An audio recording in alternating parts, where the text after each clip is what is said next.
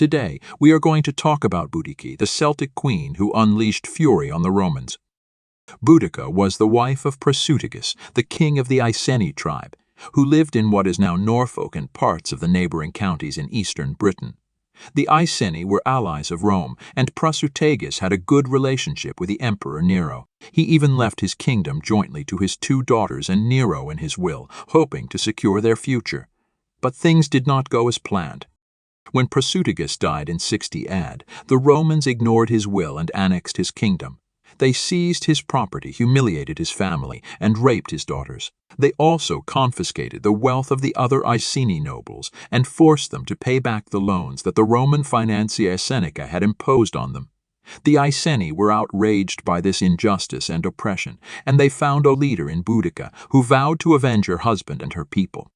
Boudica gathered a large army of Iceni warriors and other British tribes who hated the Romans.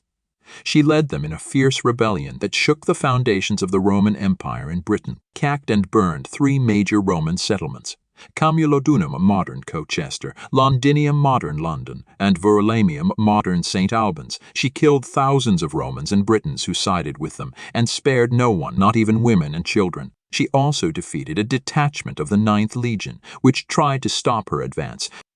The Roman governor Suetonius Paulinus was busy fighting the Druids in the island of Mana and modern Anglesey.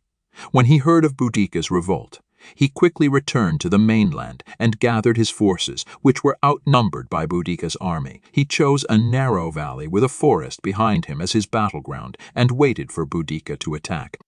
The final confrontation between Boudica and Suetonius took place in 61 AD.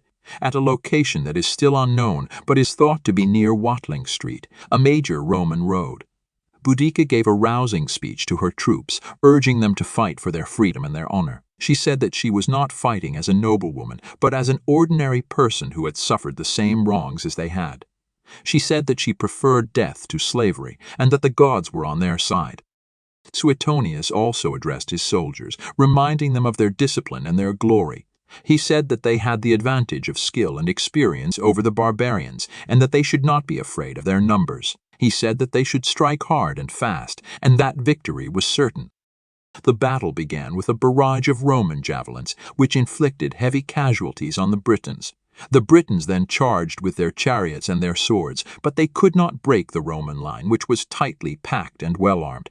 The Romans counterattacked with their short swords and cut down the Britons who came close.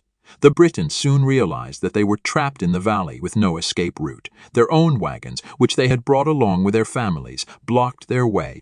The Romans showed no mercy and slaughtered them mercilessly. Boudica's army was annihilated, and the rebellion was crushed. Boudica survived the battle, but she did not live long after that. According to some sources, she poisoned herself to avoid capture and humiliation. According to others, she died of illness or grief. Her body was never found, and her burial place remains a mystery. Boudica was one of the most remarkable women in history. She challenged the might of Rome and almost succeeded in driving them out of Britain. She inspired generations of rebels and freedom fighters and became a symbol of resistance and courage. She was a warrior, a mother, and a queen. She was Boudica, and this is her untold history. Thank you for watching this episode of Untold History.